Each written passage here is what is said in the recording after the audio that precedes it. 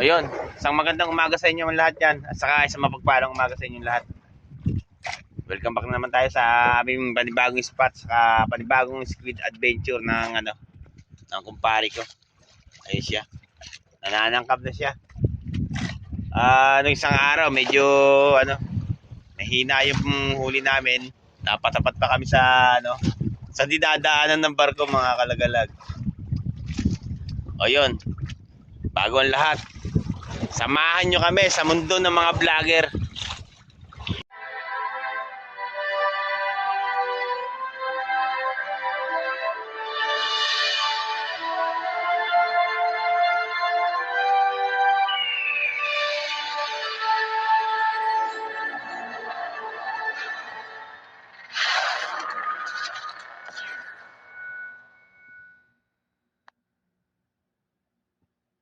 Ayan mga kalagalag, first catch ng aking kumpare, pusit. Ayun.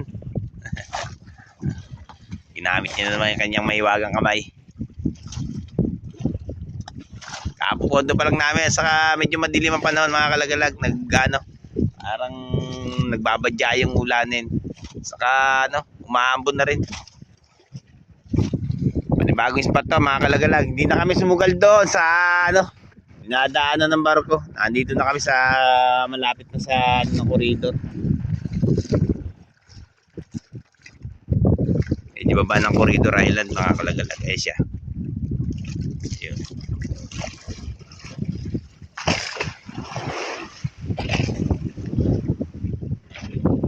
Unuklas muna kami kasi ilang araw din na umina yung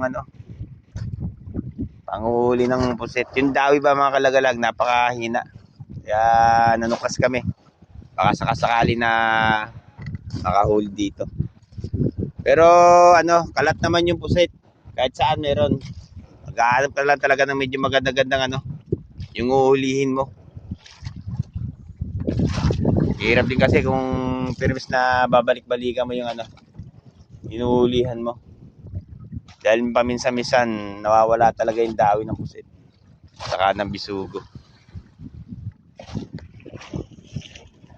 Ano pare? Sa palagay mo? Tingin naman. Higit yan. Ayun. Higit daw mga kalagalag. Kaya bata nyo uli yung mga huli namin dito. Yan. Pangalawang niya na yan. Huli. Pare, hindi mo sinusot yung Ayun. Anong kulay nigat pare? Blue. Ayun, kulay asul. Kulay blue naman pambalot niya kayo, kaya mahilig sa asul yung Nung isang araw, puro sa berde yung huli na nahuhuli namin. Na pain sa tangkab. Blue din yung pusitik, kailangan ko blue. Ibig sabihin, ganun ba talaga? Ibig sabihin, talaga mabisa ngayon yan. Oo, yung masarap na lasa niya. Ayun. Sarap naman lasa ng kulay asul na kumain. Alam nyo mga kalagalag, yung mga pinapain namin sa tangkab, yan, yung Oslo, yung art paper, yung mga ganoon. Yung may mga kulay. Kaya minsan, pag kami naglawit ng maraming kulay, kung asul man sa kapula, berde, namimili sila ng kung ano yung magandang higit, yun ang pinapain namin. Kung ano yung magandang dawihan ng pusit. Kaya minsan, pag kami naglalawit ng tangkab o nalalapat namin sa tubig yung tangkab, kung ano yung mahigit, mga kalagalag, yun ang yung malimit namin ipain. Kasi minsan hindi sinasabi na asul lang. Kung asul, minsan nahigit din. Nagsasa rin, minsan sa araw yung sa gabi naman minsan puro puti. Yung mga yung mga pinapain namin, yung kulay puting Oslo. Yun. Ayan naman siya. Hindi pa ako nakakahuli. Puro siya lang. Green. Berde naman. Ayun. Haluan. Parang matutulad naman ng isang araw. Puro siya na lang nakakahuli. Ibang klase yung yung galing niya, mga kalagalag, yung galing niya sa panghuhuli ng pusit. Yung kumpare ko. Kaya pag hindi ko na isama yan, baka wala akong hulihin. Kaya siya lang lagi. Ayun. Medyo ano pare? Galingan mo, be. Paano mahuhuli yan? Ayun siya. May bali na nga ako. Ano naman. Buti nila mga kalaglag. Medyo maganda-ganda yung panahon ngayon. Hindi katulad ng isang araw yung layout namin doon sa sa may dambar ko. Sumama yung panahon niya, lumakas yung amihan. Kaya napakahirap magsugod yung manakbo. Mahirap isugod yung bangka mga kalagalag. Kaya minsan pagka gano'n na, hindi na kami na balik doon sa malayo na yun. Malayo kasi yung dating spot na pinuntahan namin. Alas na sa 2 oras yung niya. Ayun, naman naman siya. Butete. Yan, nakahuli siya ng butete. Ibig sabihin may butete talaga. Dali na. Ayun. Mga kalagalag, nakahuli na rin ako. Sana magtuloy-tuloy itong namin dito. Yung dawi ng pusit dito kasi sana naman para kaparty-party kami. Ayos siya. First cuts ko to mga kalagalag. Sana magtuloy-tuloy yung niya. Kasi minsan kung papatamad kami sa yung unang pondo namin, medyo maganda-ganda yung higit. Maganda-ganda yung dawi. Minsan lalo pang naganda siya pagka dumarating yung patanghali na yung yung araw. Isang gano'n ng yung maganda yung dawi niya. Kaya sana magtuloy-tuloy. Mahuli naman ako mga kalagalag. Siya nga pala mga kalagalag, yung mga kaibigan natin mga vlogger dyan. Pasensya na pala kayo kung yung paminsan-minsan hindi ako nakakapanood ng nakakapanood ng video nyo. Kasi alam niyo naman yung hanap buhay namin dito sa laot. Minsan nalaot ka ng madaling araw, tapos uuwi ka ng hapon. Minsan nadiretso pa kami sa gabi. Kaya minsan pasensya na kayo.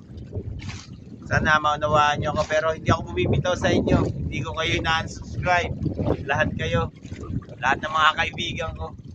Kaya minsan yung pag-uwi ko, kung yung maanuhan ko lang o mga ilang kasi minsan tinatapos ko talaga yung panonood sa mga video nyo. Kaya maunawaan nyo kami ng pari ko. Pero lahat kayo andyan pa rin sa sa puso ko. Hindi kayo mawawala. Permis na kayo na magiging kaibigan ko habang buhay. Yun. Kaya minsan mga kalagalag, pag uuwi namin, yung patay yung katawan namin. Minsan pagka dating yun, natutulog na kaagad. Kaya minsan na lang kami nakakapanood ng video nyo. Pero may pailan-ilan talaga na minsan napapanood ko kayo. Yung mga vlog nyo, pinipilit ko panoorin kasi kailangan magkaroon din kayo ng suporta nang gagaling sa akin. Kaya pagdadating ko mga kalagalag, minsan hindi ko na kayo napapanood. Diretso na tulog. Kaya minsan talagang patang-patang katawan namin dito sa paglalaot. Tulog na kaagad pagdadating.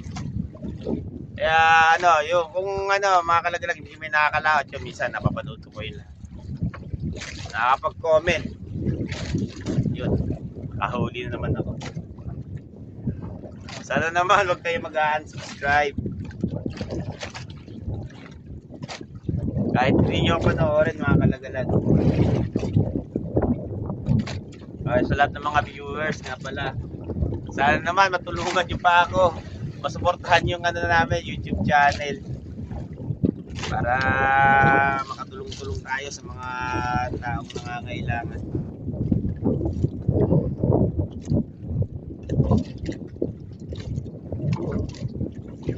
Yun ang balak namin ni pare. Ngayon wala pa, hindi pa kami kumikita kaya hindi pa nagpapahuli ang set. Nasa kabirang-bira yung panghuli. Baka mga Mayo pa to yung panguhuli ng pusit na to. Kasi medyo naglalamig pa, natutunaw yung yelo sa ibang bansa. Kaya gano'n, nag-iba-iba yung klima mga kalagalag. Yung klima, misa sa dagat, paglamig, yung nagkaroon ng paglamig, yung malamig ang hangin, yan, saka nagkakaroon ng agos. Humihina yung sakay niya, yung dawi ng pusit. O kung ano man yung yung nahuhuli namin, talagang napakahina. Kaya minsan nagtitiis kami na uuwi, minsan wala. Paparte, kakunti lang. Yung hindi ba sumasapat sa pamilya. Kaya kaya doon, pinagtatagaan namin yung ganoon. Na minsan meron, minsan wala. Ayan na naman, nakahuli na naman ako.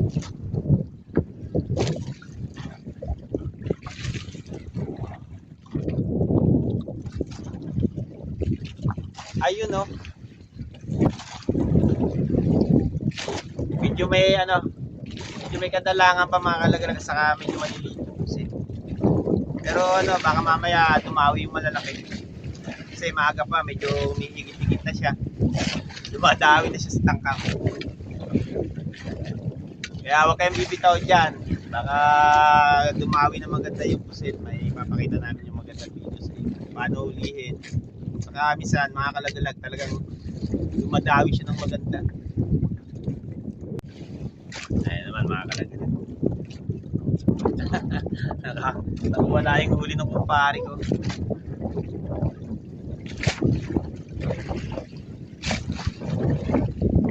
Ayun. Sa puti naman, sa puting tangka mga kalagalag, bumigyan na siya. Ito mga kalagalag, matagal na naming hanap buhay ito, yung panguhuli ng pusit, saka kasi nung araw, nung nasama pa kami sa sa malalaking bangka, ito na ang ginagamit namin pang hanap buhay, saka yung panguhuli ng malalaking isda. Yun. Paano na lang nga ngayon, dahil nawala na yung bangkang malalaki, yung pastig kong tawagin mga kalagalag. Nawala na siya. Kasi sobrang mahal na rin kasi nag-gastos eh. Sa panahon ngayon, yung crudo dati nung araw, 800 lang yung isang drum. Ngayon, nasa 12,000 na pa rin, no? Yun, nasa 12,000 na ngayon ang isang drum. Kaya kung uhuli man ng konti, malulugi pa. Kaya yung mga may-ari ng bangka, nakapag-isip sila na wala na ibenta yung mga bangka nilang ganun kalalaki. Kasi napakabigat din talaga sa gasto. Hindi katulad ng mga gentong kalalaking bangka. Yung crudo namin at saka yung makina namin solo piston lang, kaya matipid siya sa gatong. Kaya minsan pagkakunti lang yung huli namin, nakakaparty pa kami. Pag mga ganong kalalaking bangka na mga kalagalag, hindi na pumaparty yun. Sa karamihan nalulugi. Bali sana kung umuhuli ng marami yung nakaka-jackpot. Sa ibang lugar siguro yung maganda pa yung mga namamalakayahan nila. Yung maganda pa yung inuhuli. Dito sa lugar namin medyo mahina na talaga. Kaya inilis nila yung ganong malalaking bangka. Meron pa ilan mga kalagalag, pero birang-bira na lumaot kasi inaabatan nila yung litaw ng isda. Saka na lang nalaot yung mga yun para hindi sila malugi. Kasi napakabigat, kung gagastos ko ng 25,000 sa isang lautan. Pag nalugi ka talagang minsan hindi na nakakalaot. Ganun ang nangyayari. Nakahuli na uli yung paring. Paresot mo kayo may bagong jacket mo. Ayos yan.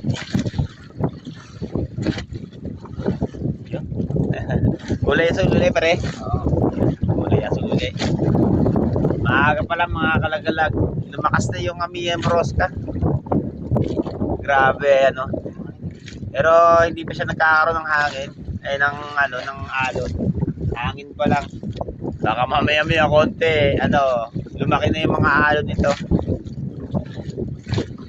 Ito niya mga kalagalag. Ayan siya. ano, yung dikit sa tubig yung hangin, mababa yung dating ng hangin.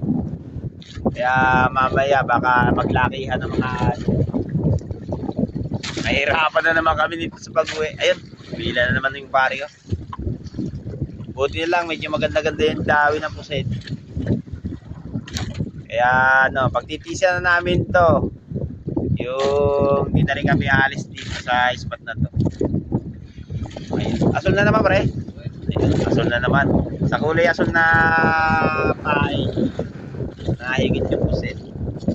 Saka medyo umuulan-ulan doon sa parting ano, kamay nilaan. Baka mamaya andito na yung ulan na yan.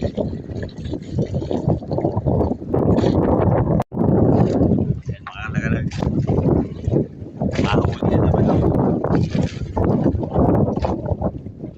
Medyo lumakis na yung amihan niya. Saka nagkaroon na siya ng ano, yung alon. Baka mamaya-maya konti kung patuloy ang paglakas mga kalagalan. Baka uwian na namin. Pero ano, mag-ano pa kami, mag-stay pa kami ng mga ilang oras para madagdagan yung ano namin, yung huli namin mga kalagalan. Para ano, makaparty-party pa kami kahit paano. Sa lahat ng ano, ng mga kaibigan nga pala namin mga vlogger dyan, bawi na lang ako sa shoutout para ano, yung mga nagko-comment. Kasi talagang minsan mga kalagalag, yung mga kaibigan natin, mga ano, mga idol natin sa industriya ng ano, ng pagbablog, bawi na lang ako sa inyo sa shoutout. Kasi talagang minsan ano, buyan kami. Saka yung pag-uwi namin sa ano, galing sa paghahanap buhay, tulog na talaga mga kalagalag. Hindi na kami mag-isip pa ng ano.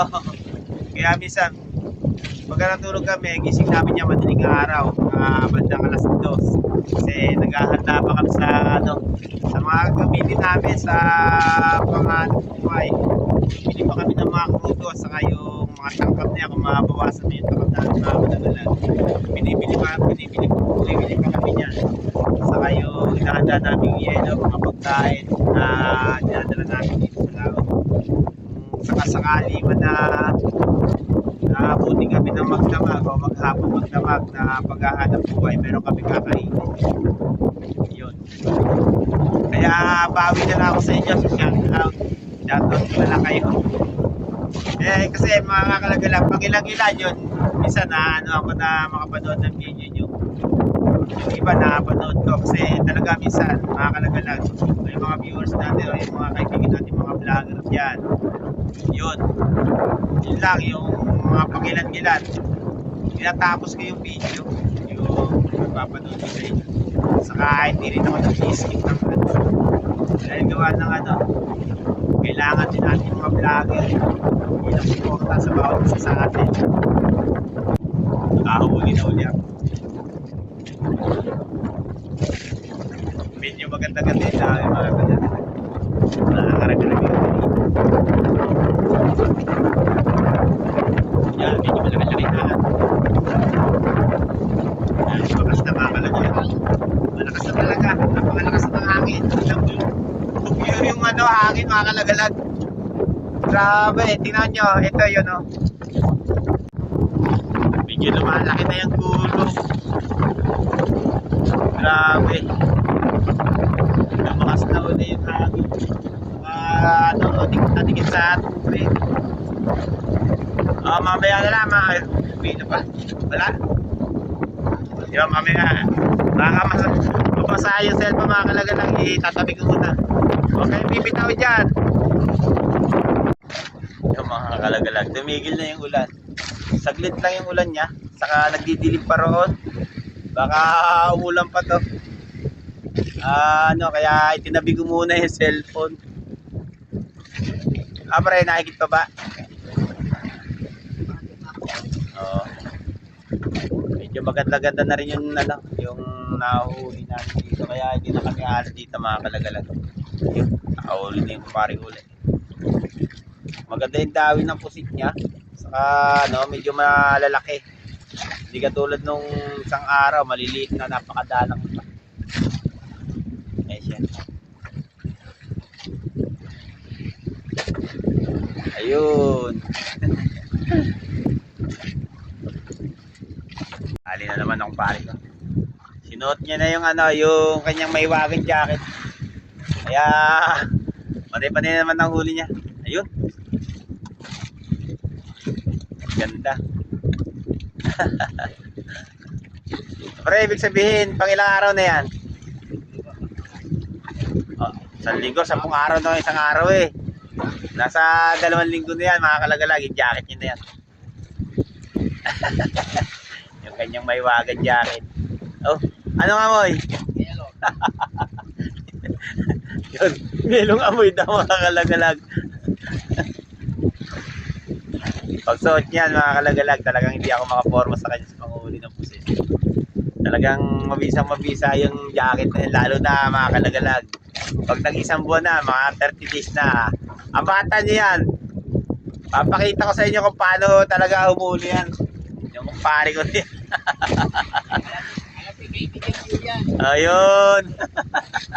Yung mga viewers ng Tulagalag. Yan. Tignan niyo yung ano. Basta pagmastan nyo lang lagi nasuot niya yan. Talaga yan eh. Mabisang mabisa. Kaya pagkasuot niya na yan, pag-asa na. Yung kung saan makakahuli na kami ng maganda. Yan naman. Pinapaspasan na ang pari ko. Ayun. Tas mo. Ay, medyo maliit lang. Haluan yung puset mga kalagalag, yung mga nahuhuli namin. Pero karamihan yung medyo mahilab-hilab na. Saka naglalaki na.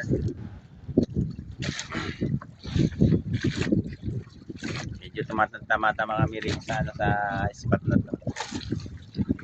Yan mga kalagalag, humila na naman siya. Ano ba sikreto mo talaga pare? Yan. Ang kumpare kong may hawagin jacket, talagang matindi talagang pangangamay sa panghuhuli ng pusit mga kalagalag. Super galing. Kaya kung wala siya, talaga namang ano, baka hindi ako makahuli ng pusit.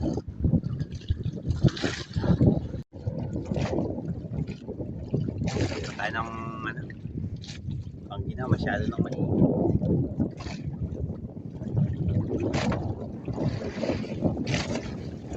Ano pare? Hindi tayo imbaw? Ha? Hindi tayo imbaw? Muna tayo ng protekta para ano, tayo kaanong mag-isip. Masyado na kasi mainit mga kalagalan.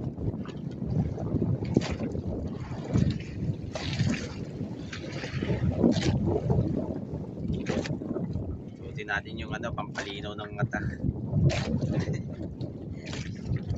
Medyo malabo na rin ang ano, mata ng kalagalag niya.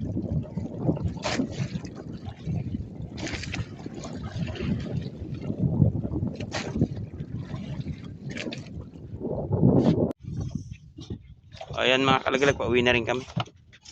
Gumanda sana yung panahon. Kaso nga lang, wala yung ano, dawi ng pusit. O, kapraso lang yung nahuli namin. Pero okay na rin, makakagastos-gastos na. Ayun, abatan nyo lang kami sa pagtakbo.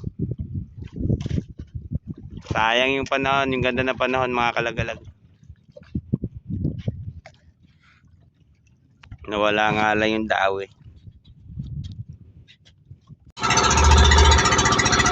Pauwi na rin. Sana magpapaabot pa sana kami ng hapon kung nahigit pa. Kaso nga lang hindi na. Kaya sa mapagod kami, papahinga na lang muna kami ng maaga. Saka medyo nag-iinulan ngayon ang panahon. Aparte kami nila, nag-uulan pa.